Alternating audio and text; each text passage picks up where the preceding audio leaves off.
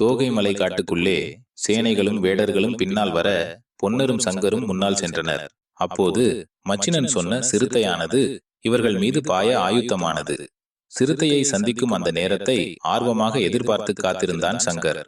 இவர்கள் கிட்டே நெருங்கியதும் யாரும் எதிர்பார்க்காத நேரம் பார்த்து சிறுத்தை அவர்கள் மீது பாய்ந்தது.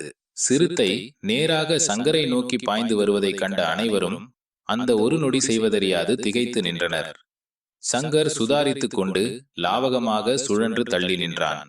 சிறுத்தை தன் தாக்குதலிலிருந்து விலகிய சங்கரை நோக்கி மீண்டும் தாக்குவதற்கு ஆவேசமாக பாய்ந்து வந்தது. எவ்வுயிரையும் எளிதில் எடுத்துவிடக்கூடிய ஈசன் அருளால் கிடைத்த வாள் இருக்க அதை எடுக்காமல் போர் வாளை கொண்டு சிறுத்தையை எதிர்கொண்டான் சங்கர். பல உயிர்களை கொன்ற சிறுத்தை சங்கரின் வாளுக்கு இரையானது. ஆம், சிறுத்தை பாய்ந்து வரும் தருணம் வாளை கழுத்தில் இறக்கினான். சிறுத்தையானது நான் ஒரு வீரனின் கைகளால் இறப்பதை நினைத்து பெருமிதம் கொள்கிறேன் என்பது போல பயங்கரமாக சத்தமிட்டு கொண்டே மாண்டு போனது. சிறுத்தை ஓலமிட்ட சத்தம் காடு முழுவதும் பரவியது. அது காளிமன்னன் காதிலும் விழ படைகளை அனுப்பி என்னவென்று பார்த்து வரச் சொன்னான். அவர்கள் மூலம் பொன்னர் சங்கர் தோகைமலை வந்திருப்பதை அறிந்து கொண்ட காளிமன்னன் பங்காளிகளை அழைத்து ஒரு திட்டம் தீட்டினான்.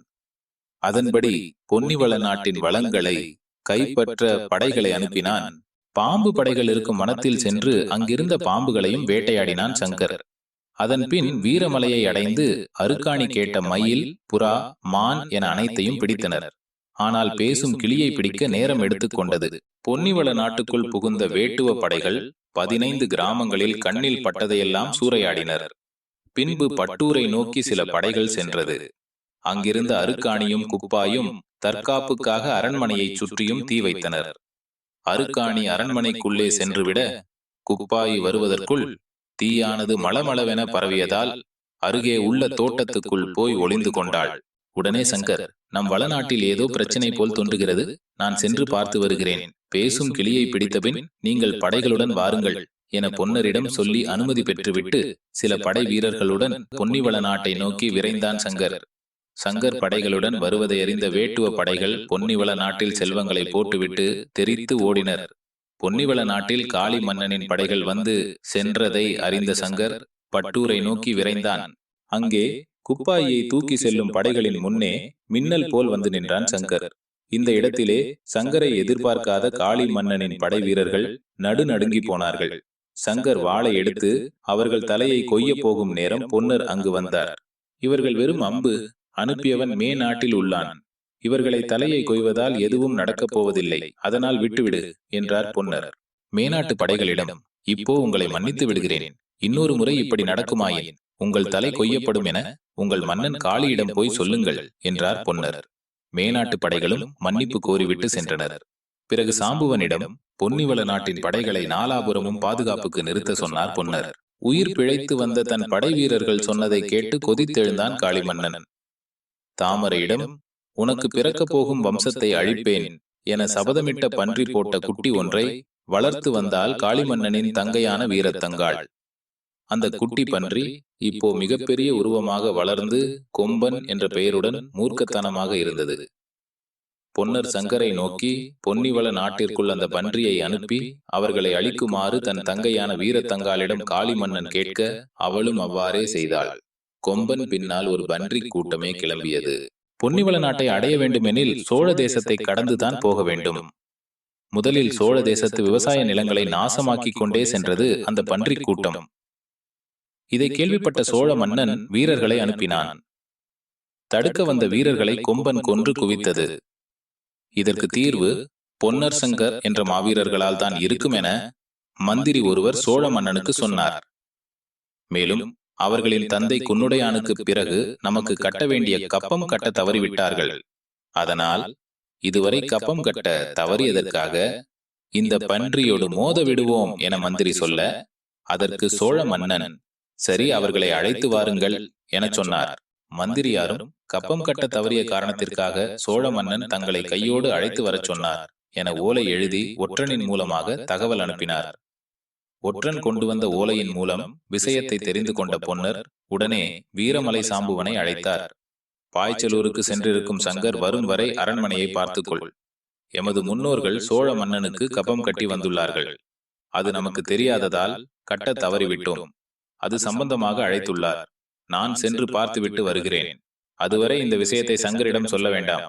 அவனுக்கு கப்பம் கட்டுவதும் அடிமையாக இருப்பதும் பிடிக்காது என்று சொல்லிவிட்டு பட்லூரில் இருக்கும் தன் தங்கை அருக்காணி தங்காலை சந்திக்க சென்றார் பொன்னர்.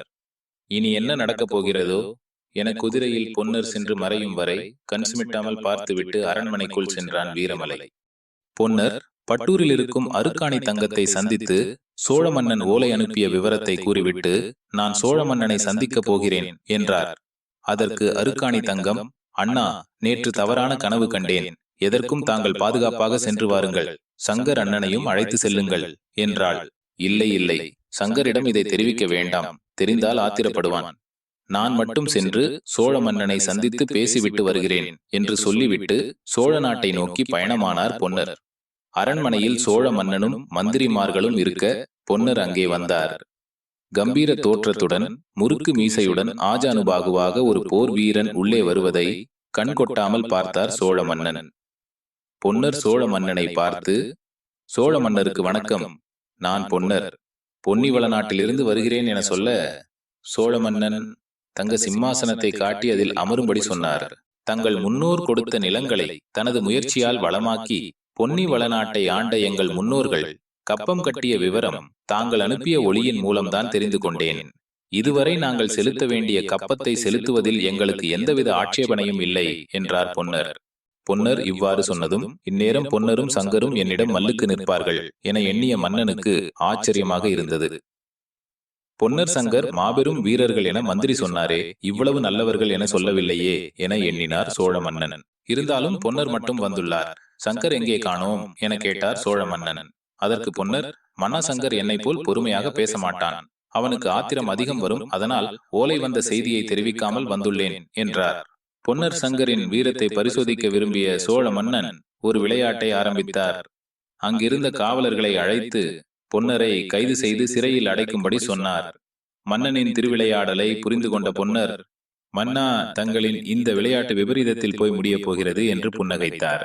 நாட்கள் ஓடின. சிறையில் ராஜ விருந்துகள் அளித்து கவனிக்கப்பட்டு வந்தார் பொன்னர்.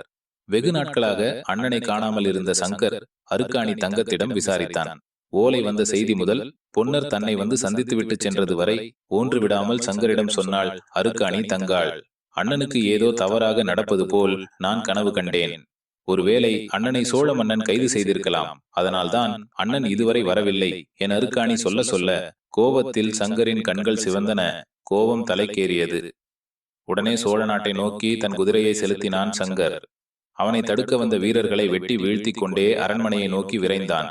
சங்கர் வரும் செய்தி சோழ மன்னனுக்கு தெரியவர சங்கரை யாரும் தடுக்க வேண்டாம் என கட்டளையிட்டார். அதுவரை தடுத்த வீரர்கள் சங்கரை கண்டதும் அமைதியாக விலகி நின்றனர். தடுக்க வந்தவர்கள் வழிவிட்டு நிற்பதை கண்ட சங்கர் ஆச்சரியத்துடன் அரண்மனைக்குள் சென்றான். அங்கே சோழ மன்னன் அருகில் தங்க சிம்மாசனத்தில் அமர்ந்து இருந்த அண்ணனை கண்டதும் பெருமூச்சு விட்டான். இருந்தாலும் அண்ணனை இத்தனை நாட்களாக சிறைபிடித்து வைத்திருந்ததை நினைத்து ஆத்திரத்தில் போர் வாளை உருவினான் சங்கர். உடனே பொன்னர் கண்ணசைத்து அமைதியாக இருக்கும்படி கேட்டுக்கொண்டார். பிறகு சோழ மன்னன் இருவரையும் பார்த்து, உங்கள் இருவரின் வீரத்தை காணவே நான் இப்படி செய்தேன். பொன்னரின் நிதானம், சங்கரின் கோபம், அதனால் வெளிப்பட்ட வீரம், இதனை கண்டு நான் பெருமிதம் கொள்கிறேன் என்றார்.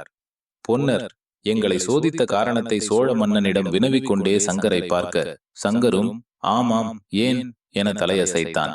அதற்கு பக்கத்தில் இருந்த மந்திரி ஒருவர், வளநாட்டு அரசே, நீங்களும் உங்கள் தம்பியும் சேர்ந்து இந்த சோழ தேசத்து விவசாய நிலங்களை நாசம் செய்யும் ராட்சச பன்றிகளை அழிக்க வேண்டும் என கேட்டுக்கொண்டார். மேலும் இந்த பன்றிகள் வளநாட்டை நோக்கித்தான் அடுத்து வரும் எனச் சொன்னார். உடனே சங்கர், பொன்னிவள நாட்டிற்குள் வந்தால் அது எங்கள் பிரச்சினை, அதை நாங்கள் பார்த்துக் கொள்கிறோம். பொன்னிவள நாட்டை நட்பு நாடாக கருதி எங்களிடம் கப்பம் வாங்குவதை தவிர்த்தால் உங்கள் கோரிக்கையை ஏற்றுக்கொள்கிறோம் என்றான். பொன்னிவள நாட்டை நட்பு நாடாக கருதி எங்களிடம் கப்பம் வாங்குவதை தவிர்த்தால் உங்கள் கோரிக்கையை ஏற்றுக்கொள்கிறோம் என்றான் சங்கர். சோழ மன்னனும் மகிழ்ச்சியோடு ஏற்றுக்கொண்டார். அதன் பின் அண்ணன்மார்கள் பொன்னிவள நாட்டிற்கு வந்து அருக்காணியிடம் நடந்ததை கூறினார்கள். நான் ஏற்கனவே சொப்பனத்தில் அந்த பன்றிகளை கண்டுள்ளேன். அதனை அழிக்க நான் வளர்க்கும் முத்துமாலை என்னும் மூலி நாயையுடன் அழைத்துச் செல்லுங்கள், அது உங்களுக்கு உதவும் என்றாள் அருக்காணி. காளி மன்னனின் தங்கை வீரத்தங்காள் வளர்த்த பன்றியை பொன்னர் சங்கரின் தங்கை அருக்காணி தங்காள் வளர்த்த முத்துமாலை என்னும் மூலிநாயின் உதவியால்தான் மரணம் என்பது விதி. அதற்குள் பொன்னிவள நாட்டிற்குள் புகுந்து அட்டகாசம் செய்தது அந்த கொம்பன் பன்றி. பொன்னரும் சங்கரும் முதுமாலை நாயுடன் சென்று அதை அழித்தொழித்தனர். கொம்பன் பன்றியின் மரண ஓலம் மேநாட்டில் உள்ள காளிமன்னன் மற்றும் அவனது தங்கைக்கும் கேட்டது. ஆத்திரம் கொண்ட வீரத்தங்காள், இதுவரை நம் சேவல்களை கொன்றார்கள். நம் நாட்டில் வந்து புறா, மயில், மான் ஆகியவற்றை திருடிச் சென்றார்கள். இப்பொழுது நான் வளர்த்த கொம்பனையும் கொன்று விட்டார்கள் அண்ணா. இதற்கு நீங்கள் என்ன பதிலடி கொடுக்கப் போகிறீர்கள் என வீரத்தங்காள் கேட்டாள். அவமானம் தாங்காமல் காளிமன்னன் இனி வாழ்ந்து என்ன பயன் என எண்ணிய காளிமன்னன் பெரும்படையை திரட்டிக் கொண்டு போய் போரிட முடிவெடுத்தான். அதனை கேள்விப்பட்ட அந்நாட்டு செம்பங்கொல்லன் ஆசாரி, பெரும்படையெல்லாம் வேண்டாம், என்னிடம் ஒரு சூழ்ச்சி இருக்கிறது, அதனால் பொன்னர் சங்கரை எளிதில் வீழ்த்திவிடலாம் என சொல்லி வெகுமதி கேட்டான். நீ அப்படி செய்தால் மேநாட்டில் ஒரு பகுதி உனக்கு தருகிறேன் என்றான் காளிமன்னன். செம்பங்கொல்லன் ஆசாரி மரத்தினால் ஆணவல்லம் ஒன்றை தயார் செய்து தங்க முலாம் பூசி அச்சசலாக தங்க வல்லம் போல செய்து முடித்தான். அதை எடுத்துக்கொண்டு பொன்னர் சங்கரிடம் கொடுத்து வெகுமதி வாங்க வந்துள்ளதாக நுழைவு வாயில் காவலாளியிடம் சொல்ல, அவர்கள் உள்ளே செல்ல மறுக்கிறார்கள். அதையும் மீறி உள்ளே சென்று பொன்னரிடம் விவரத்தை சொல்ல, பொன்னரும், ஐயா, இப்போது எங்களுக்கு வல்லம் வாங்கும் எண்ணம் இல்லை, நீங்கள் போய் வாருங்கள் என்றார். சரி, நீங்கள் வாங்கவில்லை என்றாலும் பரவாயில்லை. இப்போ வெளியில் சென்றால் திருடர்கள் இந்த வல்லத்தை திருடிச் செல்லக்கூடும். இரவு நேரமாகிவிட்டதால் இன்று இரவு மட்டும் இங்கு தங்கிவிட்டு செல்ல அனுமதி கொடுங்கள் என்றான் மாறுவேடத்தில் வந்த செம்பங்கொல்லன். பொன்னரும் இறக்கப்பட்டு சாம்புவனிடம் இந்த வல்லத்தை பத்திரப்படுத்தி காலையில் கொடுத்தனுப்பு, அதுவரை இவனுக்கு இரவு சாப்பாடு கொடுத்து தங்கும் வசதி செய்து கொடு எனச் சொல்லிவிட்டு பொன்னர் சென்றார். காலையில் எழுந்ததும் சாம்புவன் வல்லத்தை செம்பங்கொல்லனிடம் திருப்பி தந்தான். ஆனால் இது என்னுடைய வல்லமே இல்லை, இது தங்கமுலாம் பூசப்பட்டுள்ளது, என் வல்லம் முழுவதும் தங்கத்தாலானது என்றான் செம்பங்கொல்லன்.